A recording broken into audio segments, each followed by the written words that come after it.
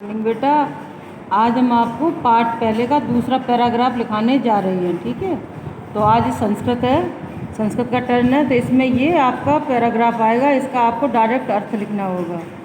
तो ये आपका पैराग्राफ है। याज्ञवल्क्य उवाच ना वा अरे मैत्रीय पत्यु, ये मतलब मैत्री इसकी पत्नी है। पत्यु कामाय पति प्रियो भवति, आत्मनस्तु वे कामाय पति प्रियो भवति। ठीक है, ना वा अरे जायाया कामाय जाया प्रिया भवति, आत्मनस्तु वै कामाय जाया प्रिया भवति।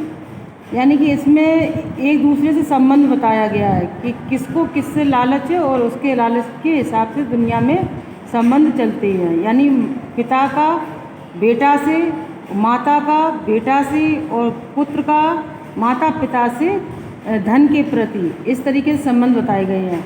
आत्मनस्तु वे कामाय जाया प्रिया भवति, न वा अरे पुत्रस्य वित्तस्य च कामाय।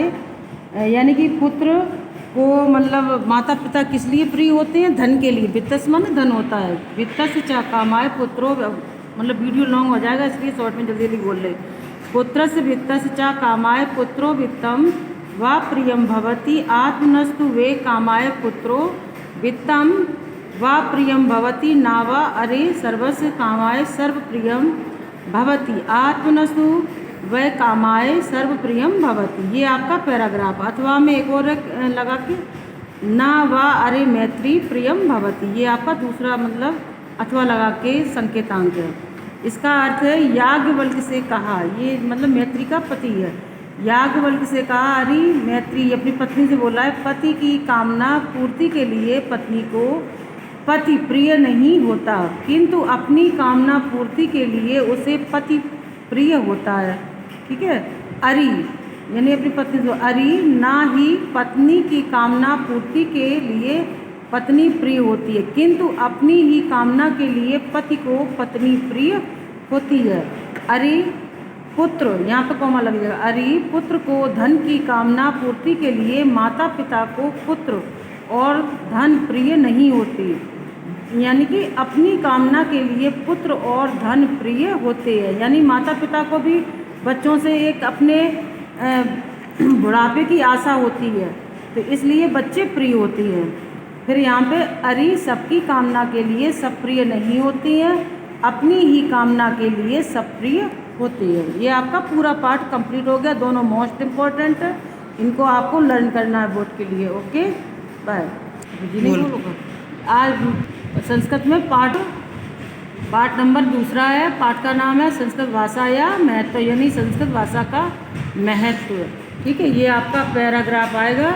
धन्यो अयम भारत देशा यत्र सम्मिलित जन समा पावनी, भव्य भावोदो भावनी सब संदेह प्रवशनी सुर भारती विद्य मानेशु निखले वपि वाङ्मयेषु अस्या वाङ्मयं सर्वश्रेष्ठं सुसंपन्नं च वर्तते। ठीक है, इयमेव भाषा संस्कृत नाम्नापि लोके प्रथा प्रस्ति अस्माकं रामायण। यानी कि अपने ही भारत में सारी चीज़ें की गई हैं, जैसे रामायण महाभारत। तो महाभारत तो महाभारता देतिहासिक ग्रंथा, यानी महाभारत और इतिहास भी। चत्वारो वेदा, चार वेद, सर्वा उपनिषद, सभी उपनिषद अपने ही संस्कृत भाषा में लिखे गए हैं। अष्टादश पुराणानि, 18 पुराण, अन्यानि यानी अन्य में, च महाकाव्य नाटकाय नाट्यादीनि अस्यमेव भाषायां लिखितानि सन्ति, इयमेव भाषा सर्वसामर्थ्य भाषणां जननीति मन्यते।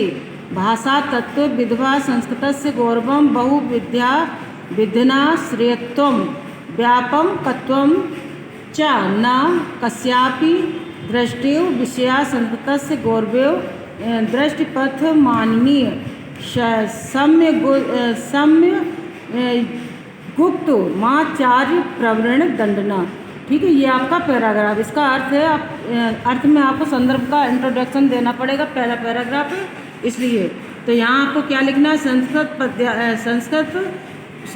प्रस्तुत गद्यांश हमारी पाठ पुस्तक के संस्कृत खंड से यह शीर्षक अवतरित है या लिया गया है। संस्कृत भाषा या महत्वम नामक पाठ से यह अवतरित है, ये पाठ का नाम है। अब आपका हिंदी में व्याख्या आ गई। यह भारत देश धन्य है, जहाँ जनमानस को पवित्र करने वाली, सुंदर भावों को उत्पन्न करने वाली, शब्दों के समूह को जन्म देने वाली देववाणी सुशोभित है। विद्यमान वर्तमान ब्रैकेट में आएगा, संपूर्ण साहित्यों से इसका साहित्य सर्वश्रेष्ठ और सुसंपन्न है। यही भाषा संस्कृत नाम से ही संसार में प्रसिद्ध है। हमारे रामायण, महाभारत आदि ऐतिहासिक ग्रंथ, चारों वेद, समस्त उपनिषद, 18 पुराण और अन्य महाकाव्य, नाटक आदि इसी भाषा में लिखे हुए हैं। भाषा वैज्ञानिक मानते हैं यही भाषा सभी आर्य भाषाओं की जननी है, मानी माता। संस्कृत का गौरव अनेक प्रकार के ज्ञान का आश्रय होता है और व्यापकता किसी की दृष्टि का अभिविषय नहीं है। संस्कृत के गौरव को दृष्टि में रखकर आचार्य प्रवर दंडी ने ठीक ही कहा है। क्या कहा है?